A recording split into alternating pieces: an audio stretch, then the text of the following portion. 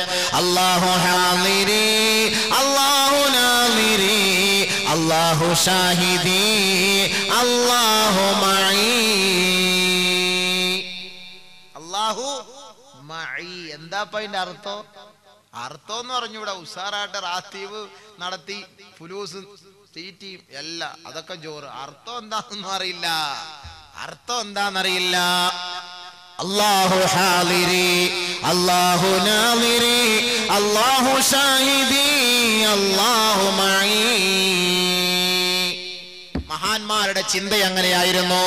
മഹാന്മാരെ ആദരിക്കേണ്ടവരെ ആദരിക്കണം സുഹൃത്തുക്കളെ, അവരുടെ പാത പിൻപറ്റണം സുഹൃത്തുക്കളെ, അവരെ മഹത്വപ്പെടുത്തണം സുഹൃത്തുക്കളെ. അവരെന്താണോ നമുക്ക് പഠിപ്പിച്ചു തന്നത് അതായിരിക്കണം നമ്മുടെ ജീവിതത്തിന്റെ ഭാഗം. അതല്ലാതെ അവരെ പുകഴ്ത്തിക്കൊണ്ട് മാത്രം ഇരുന്നാൽ പോരാ. അവരെന്താണോ നമുക്ക് പഠിപ്പിച്ചു തന്നത് അത് നമ്മുടെ ജീവിതവുമായി ബന്ധപ്പെടുത്തണം. മഹാനായ മുഹയ്യിദ്ദീൻ ശൈഖ് റഹ്മഹുല്ലാഹ്, ബഹുമാനപ്പെട്ട അബ്ദുൽ ഖാദിർ ജീലാനി ഖുദ്ദിസ സിർറുഹു, അദ്ദേഹത്തിന് മുഹയ്യിദ്ദീൻ എന്ന് പേര് കിട്ടാൻ കാരണം ദീനിനെ ജീവിപ്പിച്ച വ്യക്തിയാണ് മഹാനായ അബ്ദുൽ ഖാദിർ ജീലാനി ഖദ്ദസല്ലാഹു സിർറഹുൽ അസീസ്. മുഹയ്യിദ്ദീൻ, ദീൻ ജീവിപ്പിച്ച വ്യക്തി. അസ്തമിച്ചു കടന്ന ബഗ്ദാദിന്റെ തെരുവോരങ്ങളിൽ നൂറുകണക്കിന് ലക്ഷക്കണക്കിന് ആളുകളെ അല്ലാഹുവിലേക്ക് അടുപ്പിക്കാൻ വേണ്ടി കഠിനാധ്വാനം ചെയ്ത പരിശ്രമിച്ച മഹാനായ അബ്ദുൽ ഖാദിർ ജീലാനി റഹ്മത്തുള്ളാഹി തആല അലൈഹി അല്ലാഹുവിനെ ഒളിഞ്ഞും തെളിഞ്ഞും ഭയപ്പെട്ട മഹാനായിരുന്നു. അതാണ് അല്ലാഹു ഹാദിർ, അല്ലാഹ് ഇവിടെയുണ്ട്. അല്ലാഹു ഷാഹിദ്, ഞാൻ ചെയ്യുന്ന ഓരോ പ്രവർത്തനങ്ങളും അല്ലാഹു സസൂക്ഷ്മം വീക്ഷിച്ചു കൊണ്ടിരിക്കുന്നു, സാക്ഷ്യമാണ്. അല്ലാഹു നാദിർ, അവൻ കണ്ടുകൊണ്ടിരിക്കുന്നു. അല്ലാഹു മഈ, അവൻ എന്റെ കൂട്ടത്തിൽ തന്നെയുണ്ട്. റാത്തീവും കഴിഞ്ഞ് രാത്രി പോകുന്ന വഴിക്ക് റോഡിൽ ഒരു തേങ്ങ കിടക്കുന്നു, ഉണക്കത്തേങ്ങ. പെതുക്കെ എടുത്ത് അങ്ങ് സൈക്കിളിന്റെ വിറകെടുത്ത് അങ്ങ് വെക്കും. എന്തോ ഇവൻ ദിക്റിയല്ലത്? അല്ലാഹു ഹാദിരി അല്ലാഹു നാദിരി അല്ലാഹു ഷാഹിദി അല്ലാഹു മഈ. അല്ലാഹ് ഹാദിറായിരുന്നു ഈ തേങ്ങ എടുത്തപ്പോഴും കണ്ടപ്പോഴും. അവൻ സാക്ഷ്യം വഹിച്ചു ഈ തേങ്ങ എടുത്തപ്പോഴും കണ്ടപ്പോഴും. അല്ലാഹു മഈ, ഇതെടുത്ത് ഞാൻ സഞ്ചിയിലിട്ട് വീട്ടിൽ കൊണ്ടുവരുമ്പോഴും അല്ലാഹു എന്റെ കൂട്ടത്തിലുണ്ടായിരുന്നു. ഇവൻ നാളെ വലിയാള് ചമഞ്ഞ് മുത്തഖിയായി സ്വർഗത്തിലേക്ക് പോകാൻ വേണ്ടി കടന്നു വരുമ്പോ പടച്ച തമ്പുരാൻ ചോദിക്കും, യൂതൽ അബ്ദു യൗമൽ ഖിയാമ, ഖിയാമത്തിന്റെ വേളയിൽ ഓരോരുത്തരെ ഹാജരാക്കപ്പെടുമ്പോൾ അല്ലാഹു തആല അവരോട് ചോദിക്കും, അദ്ദി അമാനതക, മോനെ നിന്റെ അമാനത്ത് നീ നിറവേറ്റടാ. എന്താണ് എന്റെ അമാനത്ത്? ഓർത്തു നോക്ക്. ഇന്ന പാതിരാ സമയത്ത് ഇന്ന പുരയിടത്തിൽ കയറി കരിക്ക് വെട്ടിയിട്ട് തിന്നില്ലേ? ഇന്ന പള്ളിയിൽ വെച്ച് ജുമാ നമസ്കാരത്തിൽ പങ്കെടുത്തപ്പോ ആദ്യമായിട്ട് ഇറങ്ങിപ്പോയി നല്ല ചെരുപ്പ് അടിച്ചു മാറ്റിക്കൊണ്ട് പോയില്ലേ? ഇന്ന കടയിൽ നിന്നെ ജോലിക്ക് ഏൽപ്പിച്ചപ്പോൾ ആ ജോലിക്കാരനായി നിന്നുകൊണ്ട്, മുതലാളിയുടെ വിശ്വസ്തനായി നിന്നുകൊണ്ട് ആസ്മയുടെ പണി നടത്തിയില്ലേ? ആസ്മ എന്ന് പറഞ്ഞ വലുവ്, പൈസയുടെ വലുവ്, റിയാലിന്റെ വലിവ്. പെതുക്കെ നീ വലിച്ച് അടിച്ചു മാറ്റിയില്ലേ? എത്രയെത്ര ബൈക്കുകൾ കൊണ്ട് നിരത്തി വെച്ചപ്പോ പെട്രോൾ ഊറ്റിയില്ലേ? എത്രയെത്ര സഹോദരങ്ങളുടെ വീട്ടിൽ കയറി റബ്ബർ ഷീറ്റ് മോട്ടിച്ചില്ലേ? എത്ര സഹോദരങ്ങൾ പള്ളിയിൽ മറന്നു വെച്ചിട്ട് പോയ വാച്ച് നീ അടിച്ചു മാറ്റിക്കൊണ്ട് പോയില്ലേ? പള്ളിയുടെ കാണിക്ക വഞ്ചിയിൽ ഇടാൻ വേണ്ടി ബസ്സിൽ നിന്ന് എറിഞ്ഞ പൈസ അത് നിന്റെ പോക്കറ്റിലേക്ക് നീ താഴ്ത്തിയില്ലേ? അദ്ദി അമാനതക, അതൊക്കെ ഇങ്ങോട്ട് വീട്ട് അല്ലാഹ് ചോദിക്കുകയാണ്. ഉടനെ ഇവൻ പറയും, ഐ റബ്ബി കൈഫ, പടച്ചവനെ ഞാൻ അത് എങ്ങനെയാണ് വീട്ടുന്നത്? ഖദ് ദഹബത്തി ദുനിയാ, ദുനിയാവ് നഷ്ടപ്പെട്ടു പോയല്ലോ. ദുനിയാവിലായിരുന്നെങ്കിൽ ഞാൻ മടക്കി കൊടുക്കുമായിരുന്നു, പക്ഷെ ഇപ്പോൾ ഞാൻ എങ്ങനെയാണ് മടക്കി കൊടുക്കുക? അല്ലാഹ്, ദുനിയാവിലായിരുന്നേ ഉണക്കത്തേങ്ങാൻ കൊടുക്കാറുണ്ട്. വെറുതെ 3 രൂപയുടെ ഉണക്കത്തേങ്ങ എടുത്ത് പടച്ചവനെ ഇത്രയും നിസ്കരിക്കുക ഇബാദത്തും ചെയ്ത് ആ തേങ്ങയുടെ പേരി ഞാൻ നരകത്തിൽ പോകേണ്ടി വന്നല്ലോ. അല്ലാഹ് ശപിക്കും. കാര്യമില്ല ശപിച്ചിട്ട്. അവിടെ തെങ്ങുമില്ല, പുരയിടമില്ല, ഇതൊന്നും കാണാനും പറ്റില്ല. വല്ലവന്റെ മൊബൈൽ സുജൂദി കിടന്നപ്പം പതുക്കെ അടിയിൽ കൂടെ കൈയിട്ടെടുത്ത് മാറ്റിക്കൊണ്ട് പോവാ. പടച്ച തമ്പുരാനെ, തറാവീഹ് നമസ്കരിക്കാൻ വരുമ്പോൾ മൊബൈൽ വീട്ടിൽ വെച്ചിട്ട് വരണേ. കാണിരുന്ന് ഉറങ്ങിപ്പോയാൽ മൊബൈൽ കാണൂല. പിന്നെ പള്ളിയിൽ നിന്ന് കട്ടുകൊണ്ട് പോവാ, കൂലി കൂടുതൽ കിട്ടും ഇല്ലേ? പള്ളിയിൽ നിന്ന് അടിച്ചു മാറ്റുമ്പോൾ കൂലി കൂടുതൽ കിട്ടുമല്ലോ. ആലോചിച്ച് നോക്കി. എടുത്തോണ്ട് പോകുന്നതിന് ആരുടെയെങ്കിലും സാധനം എടുക്കുന്നില്ലെന്ന് ഇവിടെ ആർക്കും ഒരു പ്രശ്നവും ഇല്ല. ഒരു പ്രശ്നവുമില്ല. എടുത്തു മാറ്റിക്കൊണ്ടു പോ, എന്നിട്ട് നിസ്കരിക്കുക, ദുആ ചെയ്യും. ഓ എല്ലാം ഓക്കെ, അള്ളാഹ് എല്ലാം കണ്ടോണ്ടിരിക്കുക, അങ്ങ് വാ. അള്ളാഹ് എല്ലാം കണ്ടോണ്ടിരിക്കുക, നീ എടുക്കുന്നൊക്കെ. പക്ഷെ അള്ളാഹ് എന്താ ഒന്നും അറിയിക്കാത്ത എന്താ? നീ അങ്ങ് പരീക്ഷാ ഹാൾ, ഇത് പരീക്ഷാ ഹാളാണ്. പരീക്ഷാ ഹാളില് നമുക്കറിയാവുന്ന സാറാണ് അധ്യാപകൻ, അദ്ദേഹമാണ് ഇതിന്റെ മേൽനോട്ടം വഹിക്കുന്നത്. അപ്പൊ സാറിന് ഏറ്റവും അടുത്ത ഒരു വിദ്യാർത്ഥി, സാറിന്റെ ഇഷ്ടപ്പെട്ട ഒരു വിദ്യാർത്ഥി ഈ ചോദ്യങ്ങൾക്കെല്ലാം തെറ്റായ മറുപടിയെ എഴുതിക്കൊണ്ടിരിക്കുന്നത്. സാറ് നോക്കും, അടുത്ത് പോയി ഇങ്ങനെ നോക്കുകയാണ്, ഇങ്ങനെ നടക്കുമല്ലോ മൂപ്പിൽ അങ്ങോട്ട്. അപ്പൊ നോക്കുമ്പം ഇവൻ അടുത്ത എഴുതുന്ന മൊത്തം തെറ്റാണ്, മൊത്തം തെറ്റാണ്. സാർ എന്തേലും പറയാൻ പറ്റുമോ? അത് മാറ്റി എഴുത്, അത് തിരുത്തി എഴുത്, അത് അങ്ങനെയാണോ ഇങ്ങനെ വല്ലതും പറയാൻ പറ്റുമോ? പരീക്ഷാ ഹാൾ. എന്നാ ക്ലാസ് റൂമിലാണെങ്കിലോ ചെയ്യാൻ പറ്റുമോ? അങ്ങനെ തെറ്റിയാല് വീക്ക് കിട്ടൂല നല്ലത്. അതുകൊണ്ട് ഇത് പരീക്ഷാ ഹാളാണ്. നിങ്ങൾ ചെരുപ്പടിച്ച് മാറ്റണതും, പൈസ അടിച്ചു മാറ്റണതും, റബ്ബർ ഷീറ്റ് മോട്ടിക്കണതും, തേങ്ങ എടുക്കണതും, കരിക്ക് വെട്ടണതും, പശുവിനെ അഴിച്ചുകൊണ്ട് പോണതും, കോഴിയെ പിടിച്ച് അതിൽ നിന്ന് കോഴിക്കൂട്ടിന്ന് എടുത്ത് രാത്രി ഫ്രൈ അടിച്ച് തിന്ന് പിന്നെ മറ്റേ മണിച്ചം വാട്ടറിന്റെ കൂടെ കുടിക്കുന്നതും, ഇതെല്ലാം അള്ളാഹ് കാണുന്നുണ്ട്.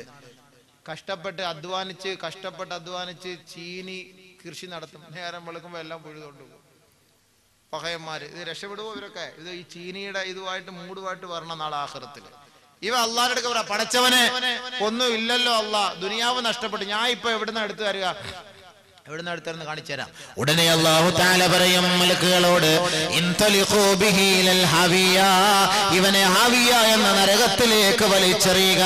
ഫയുൻതലഖു ബിഹി ഇലൽ ഹാവിയ, ഹാവിയയിലേക്ക് ഇവനെ തള്ളപ്പെടുമ്പോൾ അവൻ നരകത്തിന്റെ ഏറ്റവും അടിത്തട്ടിലേക്ക് മുഖം കുത്തപ്പെട്ട നിലയിൽ വന്ന് കമിഴ്ന്നടിച്ച് വീഴുമ്പോൾ ഫയറാഹാ ഫയഅരിഫുഹാ കഹൈഅതിഹാ യൗമ ദുഫിഅത ഇലൈഹി. ഇവനിങ്ങനെ നോക്കുമ്പോ പടച്ച തമ്പുരാനെ അന്നടിച്ചു മാറ്റിയ തേങ്ങ, അന്നത്തെ മൊബൈല്, റിയാലുകള്, ദിർഹമുകള്, ഡോളറുകള്, പെട്രോള്, ഉണക്കത്തേങ്ങ, റബ്ബർ ഷീറ്റ്, കോഴി, ആട്ടുംകുട്ടി എല്ലാം നിരന്നിങ്ങനെ കിടപ്പുണ്ട്. ഇത് മുഴുവനും എടുത്ത് അവന്റെ തോൾ ഭുജത്തിലേക്ക് എടുത്ത് വെക്കും. എന്നിട്ട് നേരെ അള്ളാന്റെ അടുക്കലേക്ക് പിടിച്ച് കയറി വരും. എങ്ങനെയെങ്കിലും ഈ ഉത്തരവാദിത്തപ്പെട്ട മുതൽ കൊടുത്തിട്ട് രക്ഷപ്പെടാമെന്ന വ്യാജേന ഇവനിങ്ങനെ കയറി വരുമ്പോൾ അള്ളാന്റെ അടുക്കലേക്ക് വന്നിട്ട് പറയും, ഏ അല്ലാ, ഇതാ ഈ ഉത്തരവാദിത്തപ്പെട്ട മുതലെല്ലാം എന്റെ ചുമലിലുണ്ട് തമ്പുരാനെ. അള്ളാന്റെ അടുക്കലേക്ക് അവൻ കാണിക്കുമ്പോ വീണ്ടും അള്ളാഹു പറയും, ആ പഹേനെ അടിച്ചു വീണ്ടും നരകത്തിലേക്ക് വലിച്ചെറിയുക. വീണ്ടും അവനെ അടിച്ചു നരകത്തിലേക്ക് ഇടുകയാണത്രേ. അങ്ങനെ വീണ്ടും അവൻ അവസാനത്തെ തട്ടിലേക്ക് വന്ന് വീഴുന്നു. അതേപോലെ ആ ഒരവസ്ഥ തുടർച്ചയായി വിചാരിക്കും അവരുടെ ശിക്ഷ. പിന്നെ എടുക്കും, വീണ്ടും മുകളിലേക്ക് വരും, വീണ്ടും അടി താഴോട്ട് വരും, പിന്നെ എടുക്കും, മുകളിലേക്ക് പോകും, വീണ്ടും അടി താഴേക്ക് വരും. എന്തിനായി ഉണക്കത്തേങ്ങാക്ക് വേണ്ടി അടി കൊള്ളാൻ പോണത്? ഒഴിവാക്കി കൂടെ. വല്ലരും ആരുടെയെങ്കിലും അങ്ങോട്ടും ഇങ്ങോട്ടൊക്കെ എടുത്ത് മാറ്റിട്ടുണ്ടെങ്കിൽ കൊടുത്ത് വിട്ടേരെ. ചെരുപ്പ് ഇപ്പൊ നമ്മൾ പറയാൻ പറ്റൂല, കൊണ്ടുവന്ന് ഇട്ടിട്ട് അങ്ങ് മിണ്ടാതെ സ്ഥലം വിട്ടു, ചോദിക്കാൻ നിൽക്കണ്ട. സീറ്റ് വല്ലതും എടുത്തിട്ടുണ്ടോ, ആ പൈസ അവിടെ വീട്ടിൽ കൊണ്ടിട്ടേരെ, പറയാൻ പറ്റൂലല്ലോ. ഇല്ലെങ്കിൽ പരസ്യമായിട്ടൊരു പൊരുത്തം ചോദ്യര്, പരസ്യമായിട്ട് ഇപ്പൊ ഇങ്ങനെ വെച്ച്, അള്ളാഹു സഹോദരങ്ങൾ, നമ്മളൊന്നും അങ്ങനെ ചെയ്ത് കാണത്തില്ല, ഒരു കളിപ്പീര് അതങ്ങനെ ചെയ്ത് കാണൂല. എങ്കിലും നമ്മൾ എന്തെങ്കിലുമൊക്കെ ചെയ്തിട്ടുണ്ട്, നിങ്ങൾ പുറത്ത് വന്നേക്കണേ, ഞാൻ പൊറത്തിരിക്കുന്നു, നിങ്ങൾ എൻ്റെ എന്തെല്ലാം സാധനം എടുത്തിട്ടുണ്ടെങ്കിലും കാണും, ഇയാളുടെ കയ്യിലും ഉണ്ടായിട്ട് വേണ്ടേ, അത് എന്തെല്ലാം എഴുതി, നിങ്ങൾ പൊരുത്തപ്പെട്ട്, ഞാൻ പൊരുത്തപ്പെട്ടിരിക്കുന്നു, നിങ്ങൾ എനിക്കും പൊരുത്തപ്പെട്ട് തരണേ എന്ന് പറഞ്ഞാൽ അൽഹംദുലില്ലാഹ് ഓക്കെ. ഇല്ലെങ്കിൽ വല്ലാഹി അല്ലാഹുവാണ് സത്യം, നമ്മൾ ഈ ചെയ്യുന്ന അമൽ അവിടെ കൊണ്ടുപോയിട്ട് വേസ്റ്റ്, ഒന്നിനും ഫായിദയില്ല. അതാണ് മഹാന്മാരായ മശായിഖന്മാർ രഹസ്യത്തിലും പരസ്യത്തിലും അല്ലാഹയെ ഭയന്നിട്ട് ഈ ദിക്റുകൾ ചൊല്ലാൻ തുടങ്ങിയത്. എന്താ ഔലിയാക്കളുടെ ക്വാളിഫിക്കേഷൻ? എന്താ? BA-യോ MBA-യോ MA-യോ MTech-ഓ? എന്താ അവരുടെ ക്വാളിഫിക്കേഷൻ? അവർ 2 ഡിഗ്രി എടുത്തിട്ടുള്ളൂ. അലാ ഇന്ന ഔലിയാ അല്ലാഹി ലാ ഖൗഫുൻ അലൈഹിം വലാ ഹും യഹ്സനൂൻ അല്ലദീന ആമനൂ വകാനൂ യത്തഖൂൻ. അല്ലാഹുവിന്റെ ഔലിയാക്കൾക്ക് ഭയപ്പാട് വേണ്ട, പ്രയാസം വേണ്ട, ഖേദം വേണ്ട, ദുഃഖം വേണ്ട, ആരെയും പേടിക്കേണ്ട കാര്യമില്ല. അവർ അല്ലാഹുവിനെ മാത്രം ഭയപ്പെടുന്നവരാണ്. അവർക്കുള്ള ക്വാളിഫിക്കേഷൻ എന്താണ്? അല്ലദീന ആമനൂ,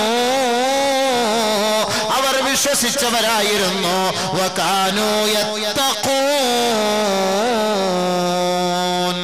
തഖ്വയുള്ളവരായിരുന്നു.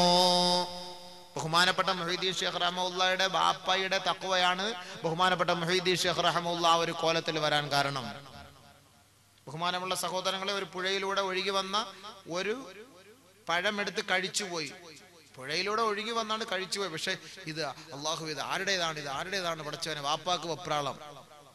ജീലാനി റഹ്മത്തുള്ളാഹിയുടെ വാപ്പാക്ക് വെപ്രാളം. നേരെ ഓടി, ആ വരുന്ന വഴിയിൽ കരയിലൂടെ ഓടി പോയപ്പോൾ ഇന്ന ഒരു പുരയിടത്തിൽ കണ്ടു.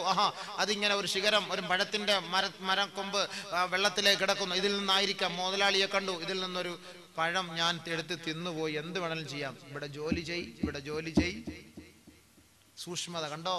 അവിടെ വർഷങ്ങളോളം ജോലി ചെയ്ത് വിശ്വാസ്യത പുലർത്തിയതിന്റെ പേരിൽ അദ്ദേഹം, ആ തോട്ടത്തിന്റെ ഉടമസ്ഥൻ, വിവാഹം കഴിപ്പിച്ചു കൊടുത്ത തന്റെ ഫാത്തിമ എന്ന മകളുടെ ഓമന പുത്രനാണ് ബഹുമാനപ്പെട്ട അബ്ദുൽ ഖാദിർ ജീലാനി ഖദ്ദസല്ലാഹു സിർറഹുൽ അസീസ്.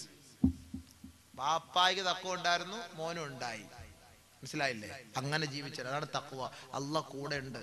മുഹീദ്ദീൻ ശൈഖ് റഹ്മത്തുള്ളാഹിയോടും ബാക്കി രണ്ട് മഹാന്മാരോടും ഒരു കോഴി അറുത്തു കൊണ്ടുവരാൻ വേണ്ടി കൊടുത്തുവിട്ട് ആരും കാണാതെ അറുത്തു കൊണ്ടുവരണം. രണ്ടുപേര് കാട്ടിന്റെ സൈഡിൽ പോയി നോക്കിയപ്പോൾ ആരുമില്ല, അറുത്തുണ്ടെന്ന്. മുഹീദ്ദീൻ ശൈഖ് റഹ്മത്തുള്ളാഹി അതേപോലെ മടങ്ങിക്കൊണ്ടു. എന്താ ഉസ്താദ് ചോദിച്ചു, എന്തേ? അത് ആരെയും കാണാതെ അറക്കാൻ കഴിഞ്ഞില്ല, അള്ളാഹു കണ്ടുകൊണ്ടിരിക്കുന്നു. അള്ളാഹു നാളിരി, മനസ്സിലായോ? അള്ളാഹു നാളിരി, അതാണ് ഇതിന്റെ അർത്ഥം.